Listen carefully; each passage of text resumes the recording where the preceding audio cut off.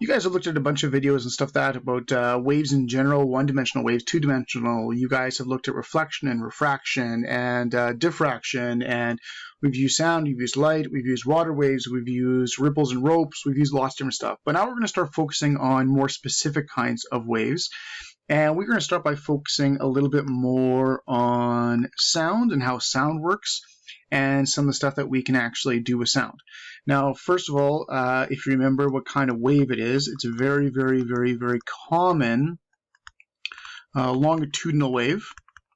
Not a transverse wave like water or something like that, but it's a very common longitudinal wave. And of course, with that longitudinal wave, we've got the combination of compressions and rarefactions that allows it to move along through the medium. Okay, so let's review that a little bit. I'll show you a little something here. There it is right there. So we're talking about the particles and that kind of stuff and it moving through. So here we have our little speaker, and we'll sort of send a little pulse through, and you can see as we have it go through, there we go. See, the particles are always moving, and we can send a pulse, and you can see how it's a little wave coming. And this part here, there's low density of particles. That'll be the rarefaction. And on either side, there we go, you can see there's higher concentration of particles. That'd be the compression, okay, as it moves away. And we can even have like a continuous set of pulses going. So here we just have continuous waves, and this is sort of what sound, if you could actually see the air molecules, this is sort of what sound waves would look like. So you can see a lot better now, and then we have a continuous wave. We've got our nice compressions where there's lots of particles, and we have our rarefactions as well. And we can even speed this up a little bit. And of course, real sound, of course, is way faster than this, going around 340 meters per second. But this is sort of what it would look like, something like that. Okay, our compressions, refractions, and notice that the particles don't actually go anywhere. We were talking about this, like waves are the movement of energy from one place to another, but the particles overall, their overall position doesn't change. So these guys are sort of like wiggling back and forth, but they don't actually go anywhere. Okay, so that was the basic stuff that you guys looked at in terms of waves and basically longitudinal waves at the very beginning. Okay, all right. So if we expand on that in terms of sound as well, there are two main quantities that you often look at in terms of sound. One of them that's super, super simple that you can change is the frequency. The second one is the amplitude. These are both quantities that we have looked at before. The speed of sound is usually pretty much stable in whatever environment you're in, but frequency and amplitude are the two that often get changed. And when you change the frequency, this is what people often refer to as pitch, with like high tones and low tones and that type of stuff. And we can hear about 20 to 20,000 hertz. That's about what we can hear. So you got the lower ones, you got the higher ones. So if you change the frequency, you're actually changing the pitch. That's what's actually happening. Amplitude, though, this is a different thing that often is changed with sound, and this is what actually changes the volume. So when you were adjusting the volume of sound, you were actually adjusting the amplitude. And the amplitude and volume are connected to each other. So if you go back to that little simulation thing again and go back to our little particles moving here, we got this is a medium amplitude. We're looking at frequency first. So this is a really, really high frequency. So since the frequency is high, the wavelength is going to be low because you have the formula V equals F lambda, the wave equation. Higher frequency means lower wavelength. And if I take the frequency and I reduce the frequency, you can see the waves get a lot bigger. So before, when we had the higher frequency, we had one wave from about here to there, and now the waves have gotten a lot bigger. So as you increase or decrease the frequency, that changes the wavelength, and that changes the tone. So this would be a lower tone, because it's a low frequency, high wavelength. And if we crank it up again, this would be a higher frequency or higher pitch or tone with a lower wavelength. Okay, now we'll put that back down to medium, and let's change the amplitude. So if the amplitude is really, really low, okay, this would be like a lower volume. So it's really kind of hard to see the crests and troughs because it's so quiet. There's not much difference between the crests and troughs. If we increase the amplitude a little bit, now you can start seeing it a little bit better. Okay, you can sort of see the waves a little better. But if we crank up the amplitude a lot more, now you can easily see them. So these waves are the exact same size they were in the lower amplitudes, but the volume's higher, which means the difference in pressure between the particles, between the rarefactions and the compressions, is much greater. Okay, so this is high amplitude, same wavelength. Go back down to a lower amplitude. The waves are still the same size, but the differences in pressures have definitely changed. Okay, so those are the things that change with frequency and amplitude. They control the pitch and they control the volume. So the volume a little bit different, but it's sort of like the difference in pressure. Okay, so it sort of changes the difference in pressure, you know, a little bit of difference, a huge difference, and that changes the amplitude, which changes the volume. So you put your hand in front of a speaker and it's really quiet, you really don't feel anything. But if you crank up the volume in front of a big speaker, you can feel the amplitude difference, and that's just the bigger volume. Okay. All right. Now, a big thing about sound and producing sound is you have to use resonance. Okay, and to create sound and to make sounds, that type of stuff, you have to use resonance, and you have to create standing waves in different types of structures to actually create sound in lots of different ways. There's lots of different ways it's actually done. Let me show you something of that as well.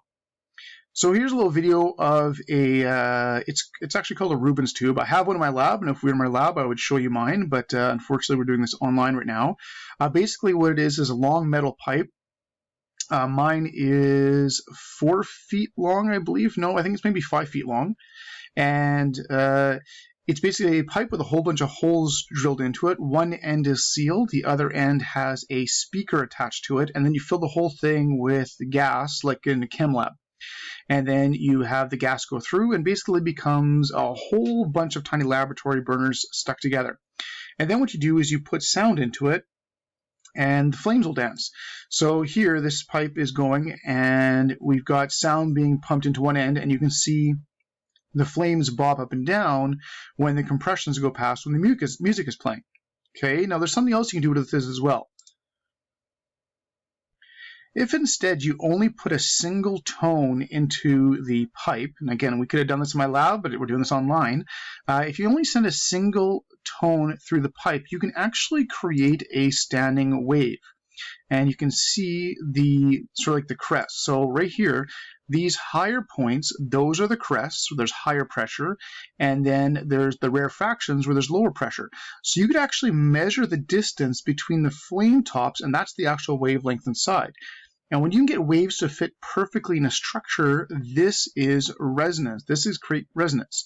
So it works really, really well because you can actually see the actual waves inside the pipe, and it shifts a little bit, but you can actually see the actual structure of where the compressions must be and where the rarefactions must be in order to make this thing work. And this is the idea behind putting standing waves inside of structures to actually create resonance. Okay, so we can use resonance, and we do that to create standing waves inside of structures in order to create sound. Now, there's another part to this as well, because when you are able to do this, it will sort of naturally vibrate when the waves actually fit inside, and when this happens, this amplifies the sound. I'm going to show you something else that shows this really nicely. So here we have a video with a guy. He's a professor from the States. He's got this really cool little apparatus that I also have, but again, not my lab, so we'll show it to you this way. Basically, it's a little swinging piece of wood with 8 different spheres attached to it, but they all pair up. And what he does is he takes it and he's going to pull back one of the spheres, which is going to cause the entire thing to shake. So he pulls back that yellow sphere, and when he pulls back the yellow sphere and gets it to swing, it will create vibrations. You can see the whole thing moving already. So there's vibrations going through the entire system. All the strings, all the spheres, everything is getting vibrations from this yellow one over here. But it does a specific size of vibrations because of how big it actually is. And you can see all the other spheres are wiggling, but the other yellow one is going way more than the rest. And that's because it matches in size. So the vibrations created by the first one fit so perfectly within the other yellow one because they match up in size.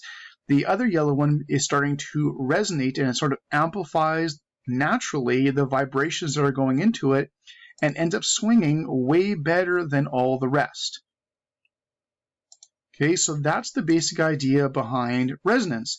You create waves, you create standing waves inside of objects. If they fit nicely, they will naturally vibrate with the object and they'll amplify the sound. And that's how resonance works. And this is the general idea behind how all musical instruments work. This is how all sound production works of any kind. Your vocal cords, a violin, a guitar, a piano, a trumpet. It makes no difference. They all do the same type of thing. They naturally amplify sounds in order to make it work.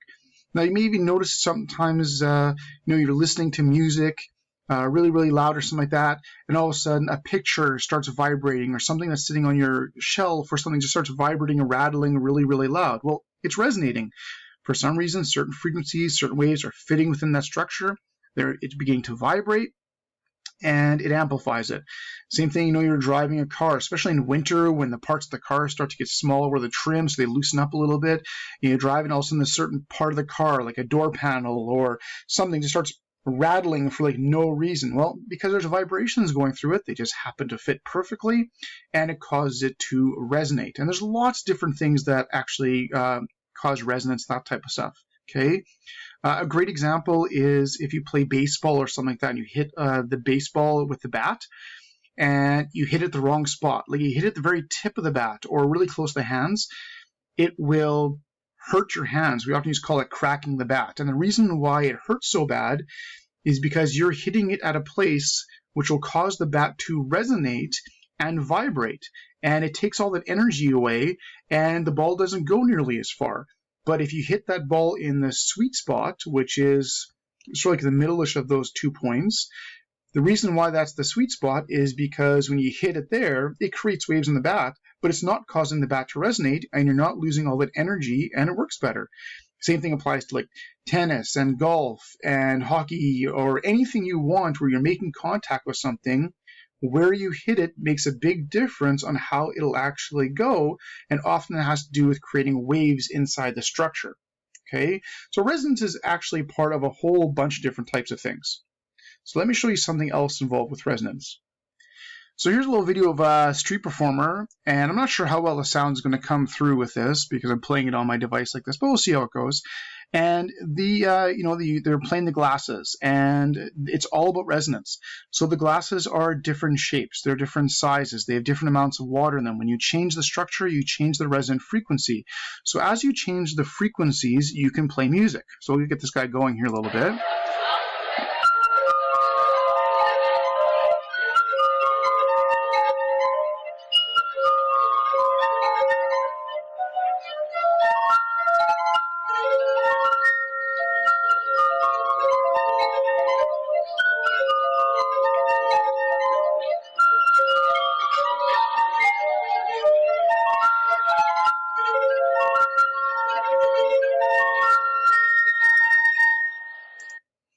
Okay, so absolutely amazing. So, and that's all resonance. And there's no difference between that and all other musical instruments where you change the length of a string, the length of an air tube, the length of anything, the size, which changes the resonant frequencies that will work inside of it. So this is just a wonderful, wonderful example and amazing talent to do something like this, but it's all using the applications of resonance.